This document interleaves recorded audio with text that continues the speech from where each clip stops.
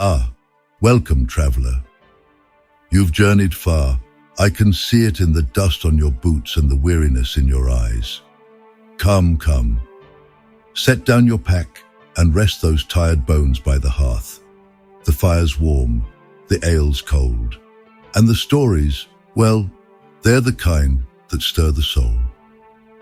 Now, if you've a mind for tales, you're in luck tonight. There's one that's been passed down through the years. A tale of the Dunedain, the rangers of the north. Guardians of the wild places they are. Shadows among the trees, forgotten by most. Yet they've done more for Middle-earth than many a great lord. But enough of my rambling. Sit back, take a drink, and listen close. The road of the Dunedain winds long and deep. And there's no better place to begin than here, with friends and flame to keep the shadows at bay. Numenor, also known as Westernessa, is one of the most remarkable creations in J.R.R. Tolkien's world.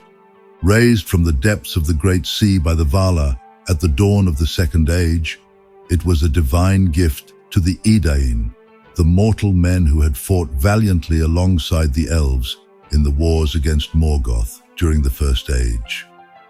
Numenor symbolized the reward for their steadfast loyalty, a land of unparalleled beauty and prosperity where their descendants, the Dunedain, could flourish. At the end of the First Age, Morgoth, the original Dark Lord, was defeated and cast into the void.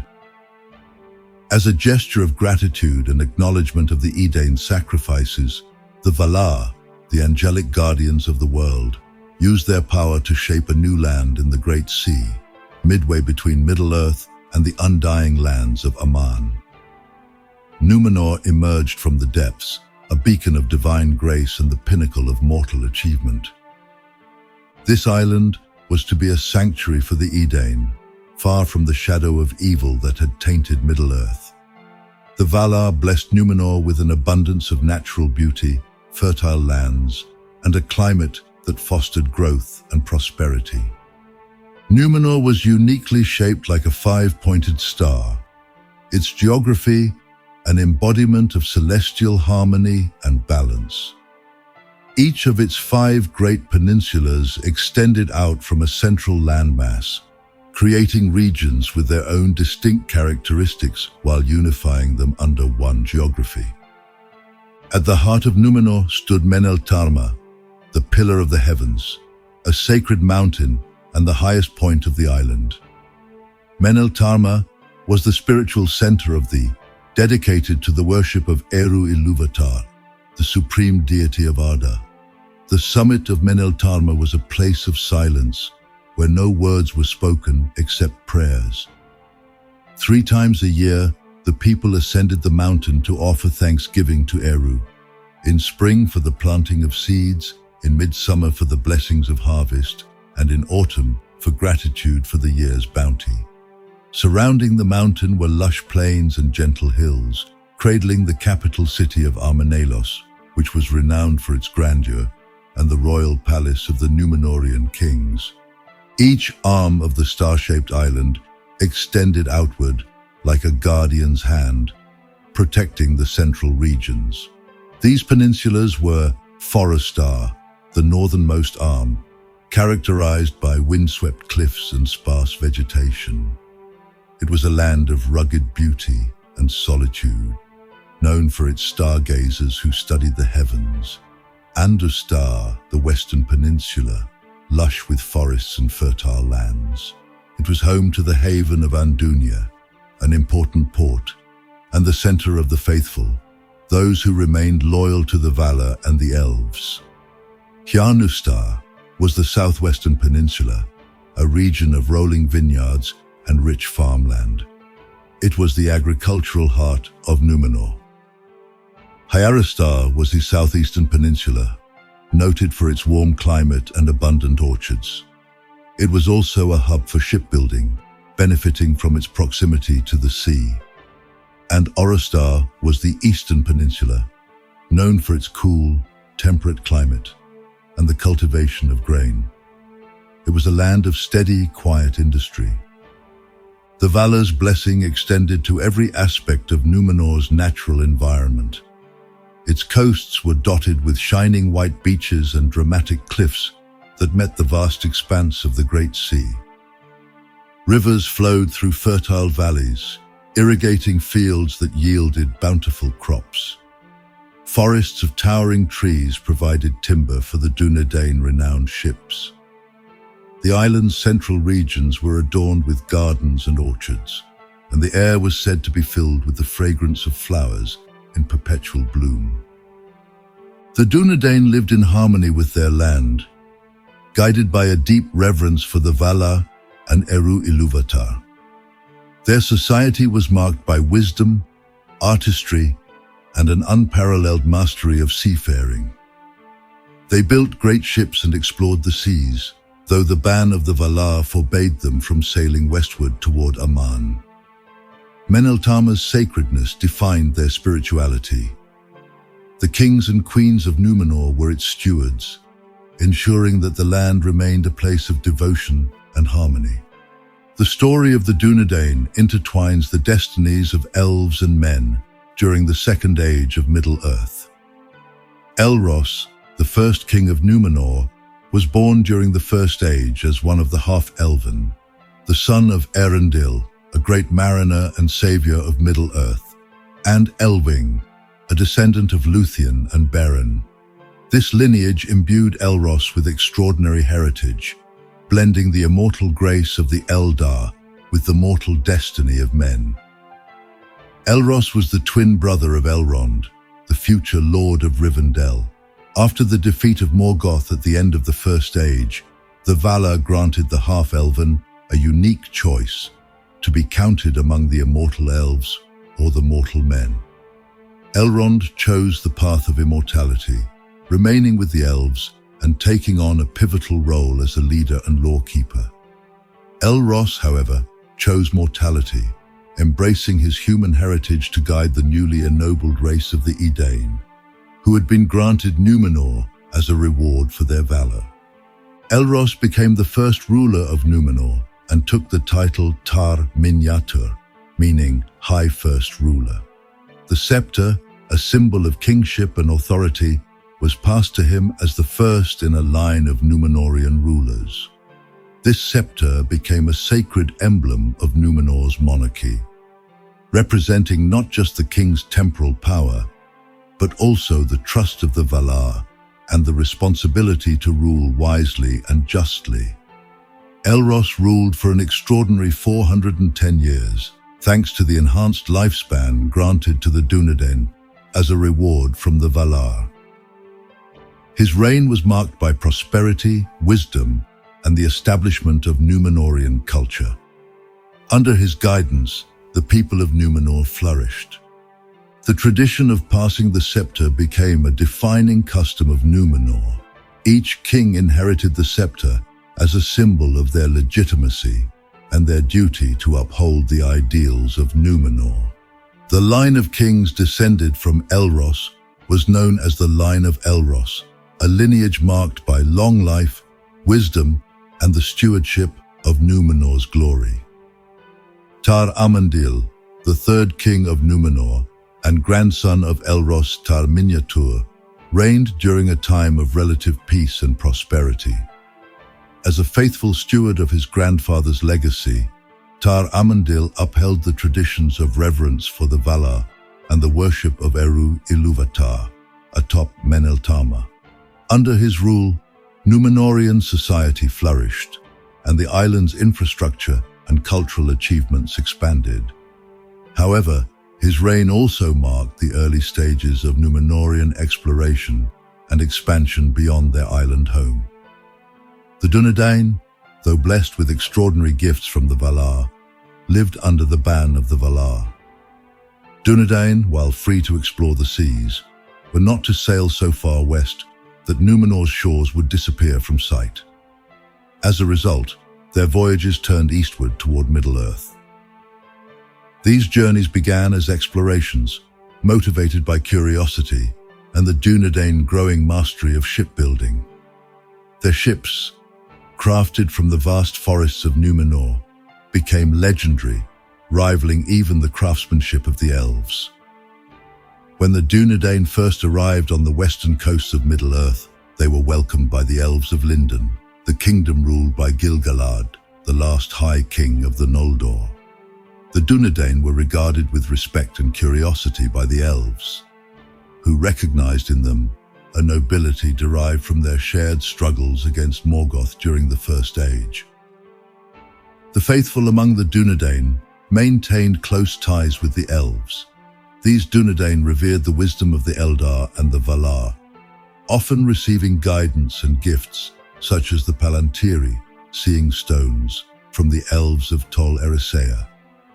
Lindon became a central point of contact, fostering an exchange of knowledge, language, and culture. The Dunedain, in turn, aided the elves in their vigilance against the resurgence of Sauron, who began to rise in power during this period. The men of Eriador were a diverse and scattered people, living in small, loosely organized communities.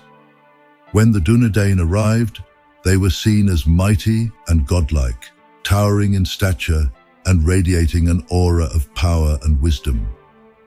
Early interactions were marked by generosity. The Dunedain brought gifts, knowledge, and technology to these less advanced peoples. They taught them agriculture, architecture, and the crafting of tools, helping to elevate their standard of living. Their presence contributed to the flourishing of settlements and trade in the region. While this outward focus initially reflected a spirit of curiosity and the desire to aid the men of Middle-earth, it sowed the seeds of later ambition and imperialism. Taramandil's leadership maintained harmony in Numenor, but the subtle shift in focus toward the seas foreshadowed the growing restlessness and pride that would come to define later generations. Tar-Meneldur, the fifth king of Numenor, was a ruler whose interests lay more in the stars and the heavens than in governance or war. His reign was peaceful, and he was content to guide Numenor in times of prosperity. However, his rule took a decisive turn when he received a letter from Gil-galad, the High King of the Noldor in Lindon, warning of a growing shadow in the east. This shadow was Sauron, a lieutenant of Morgoth who had survived the downfall of his master and now sought to dominate Middle-earth. Tar-Meneldur, wise though he was, knew that he was ill-suited to lead Numenor through a time of war. He realized that the kingdom required a more decisive and martial ruler, one who could answer the call of Middle-earth and guide Numenor in the face of this new darkness. In an act of selfless wisdom, Tar-Meneldur abdicated the throne and passed the rule of Numenor to his son, Tar-Aldarion, who had already shown a strong interest in Middle-earth and its affairs. Aldarion, a skilled mariner and explorer, had long advocated for Numenorian involvement in Middle-earth, establishing ties with Gil-galad and building Numenor's navy. With the throne, Aldarion also inherited the challenge of responding to Gil-galad's plea. Under the leadership of Tar-Aldarion, the Dunedain began to establish permanent settlements along the coasts of Middle-earth, particularly in the western regions such as Eriador. These outposts were initially created to serve as havens for ships and as centers of trade with the men of Middle-earth. Key settlements included Vinyalonda, a port on the Gwathlo River, which became a hub of Numenorian activity. Sauron's forces began to encroach upon the lands of Gil-galad and the men of Eriador. Gil-galad sent word to Numenor for aid.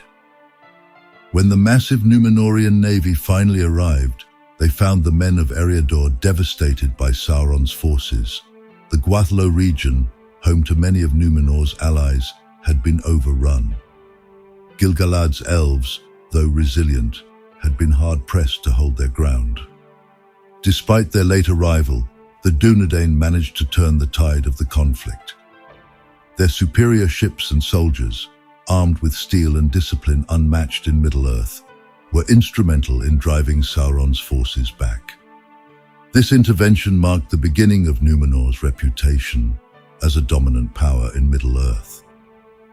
It also laid the groundwork for future tensions, as the Dunedain increasingly saw themselves as protectors and later rulers of the lands and peoples they once sought to aid. The Dunedain were blessed with longer lives than ordinary men, a gift from the Valar, but they remained mortal. They began to resent the gift of men, death, perceiving it not as a gift but as a doom. The sight of the elves, unchanging and eternal, exacerbated their envy. Over time, the Dunedain turned their gaze westward, longing for the undying lands, believing that simply dwelling there might grant them the immortality they so deeply desired. This simmering discontent culminated during the reign of Tar-Atanamir, a king of immense power and pride. Known as the Great for his wealth and accomplishments, Tar-Atanamir was also remembered as the first Numenorian monarch to openly challenge the Valar. His reign marked a decisive turning point, as the attitudes of many Dunedain shifted from reverence to defiance. Tar-Atanamir openly questioned the justice of the Valar's decrees, particularly the ban of the Valar and their refusal to grant men the gift of immortality. He argued that the Dunedain, being the most advanced and noble of men, deserved the same immortality granted to the elves. His words resonated with many of his people, further deepening the division between the faithful, who remained loyal to the Valar, and the king's men, who followed the king in his defiance. Under Tar-Atanamir's influence, many Dunedain began to reinterpret their relationship with the Valar. They questioned why they, who had been instrumental in defeating Morgoth and building a great civilization, were denied the chance to dwell in Aman, the undying lands. A culture of pride and entitlement began to grow, with the king's men advocating for the idea that Numenor had outgrown its dependence on the Valar. This defiance was not without consequences. The Valar remained silent but resolute, refusing to relent in their decrees. The worship on Meneltarma, the sacred mountain dedicated to Eru Ilúvatar, began to decline as more Dunedain turned away from faith and toward worldly pursuits. The division between the faithful and the king's men deepened, threatening the unity of Numenor. Tar-Ankalimon, the 14th king of Numenor, presided over a pivotal and troubled era in the island's history, when the unity of its people began to fracture deeply. During his reign, a schism between the faithful and the king's men grew. The faithful continued to honor the Valar and maintain close ties with the elves of Tol Eressëa, adhering to the traditions of reverence established by Elros. In contrast, the king's men, increasingly envious of the immortality of the elves, sought greater power and turned toward worldly ambitions, questioning the authority of the Valar and embracing a more materialistic worldview. Tar-Ankalimon himself leaned toward the ways of the king's men, contributing to the weakening of Numenor's spiritual foundation. Under his rule, the worship on Meneltarma waned, and the influence of the faithful was diminished, signaling the beginning of Numenor's moral and spiritual decline. Tar-Palantir, the 24th king of Numenor, was a solitary figure of wisdom and piety during a time of growing darkness in Numenor.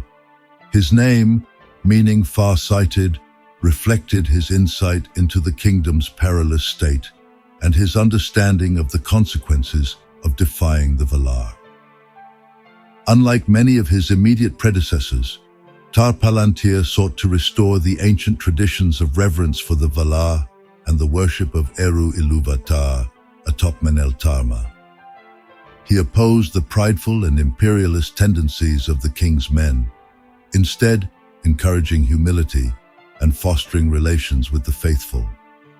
However, his efforts faced fierce resistance from the powerful factions that had risen within Numenor.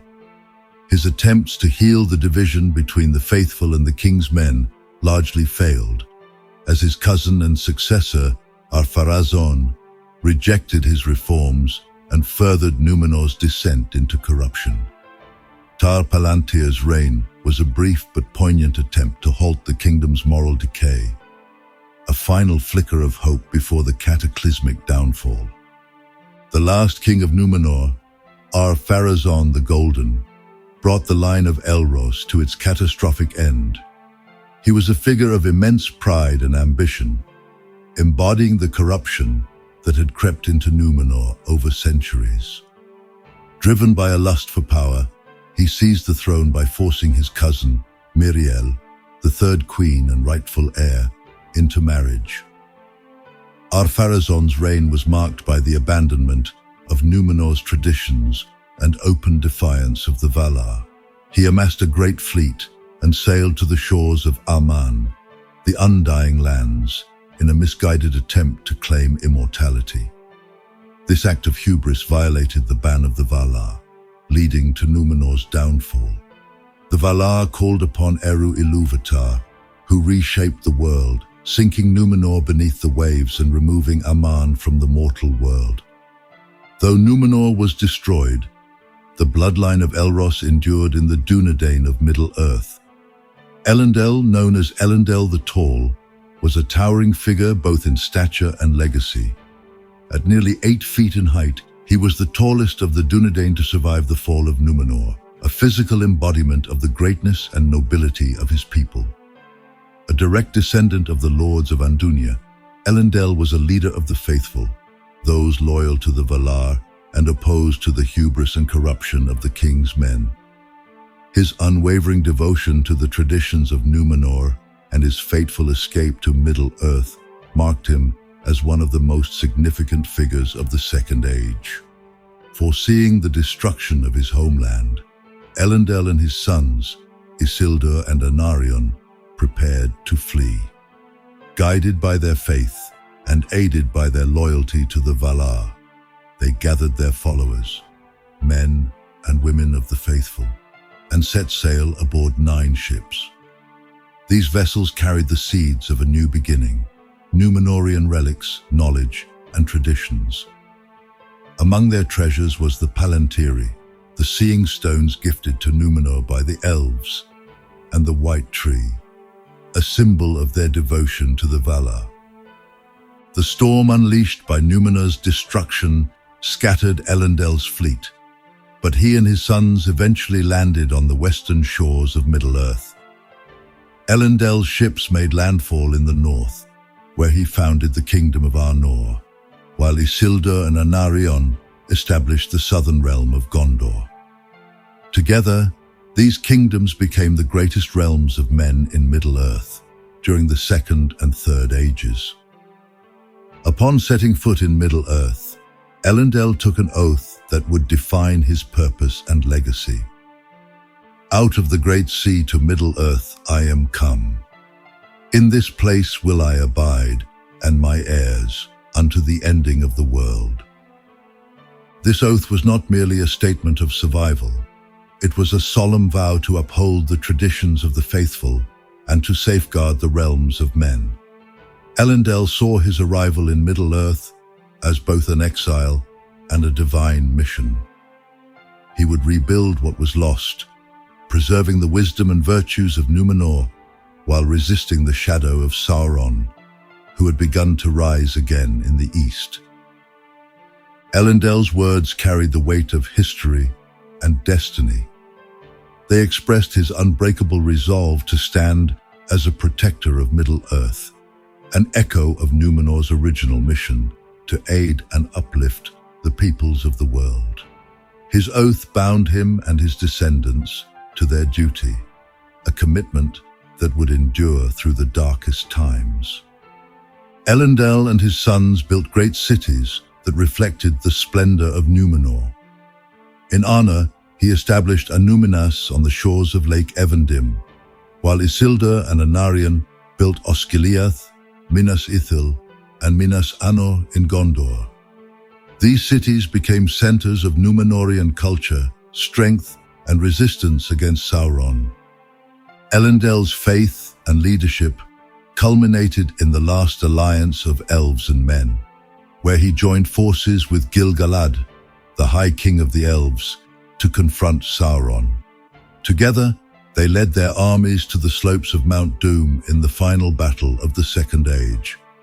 Though victorious, both Elendil and Gil-galad perished in the battle, leaving their legacies to their heirs. Elendil's oath resonated through the ages, particularly in the words of his descendant Aragorn II Elisar, who spoke them upon his coronation as King of Gondor after the War of the Ring. Et earelo endorena utulien, sinome maruvan arhildinyar ten ambar meta. Out of the great sea to Middle-earth I am come. In this place will I abide, and my heirs, unto the ending of the world. By repeating these words, Aragorn reaffirmed his lineage, his duty to the free peoples of Middle-earth, and his role as the fulfillment of Elendil's legacy. Aragorn's coronation represented the restoration of the Numenorian line and the rekindling of the faithful's mission after centuries of decline.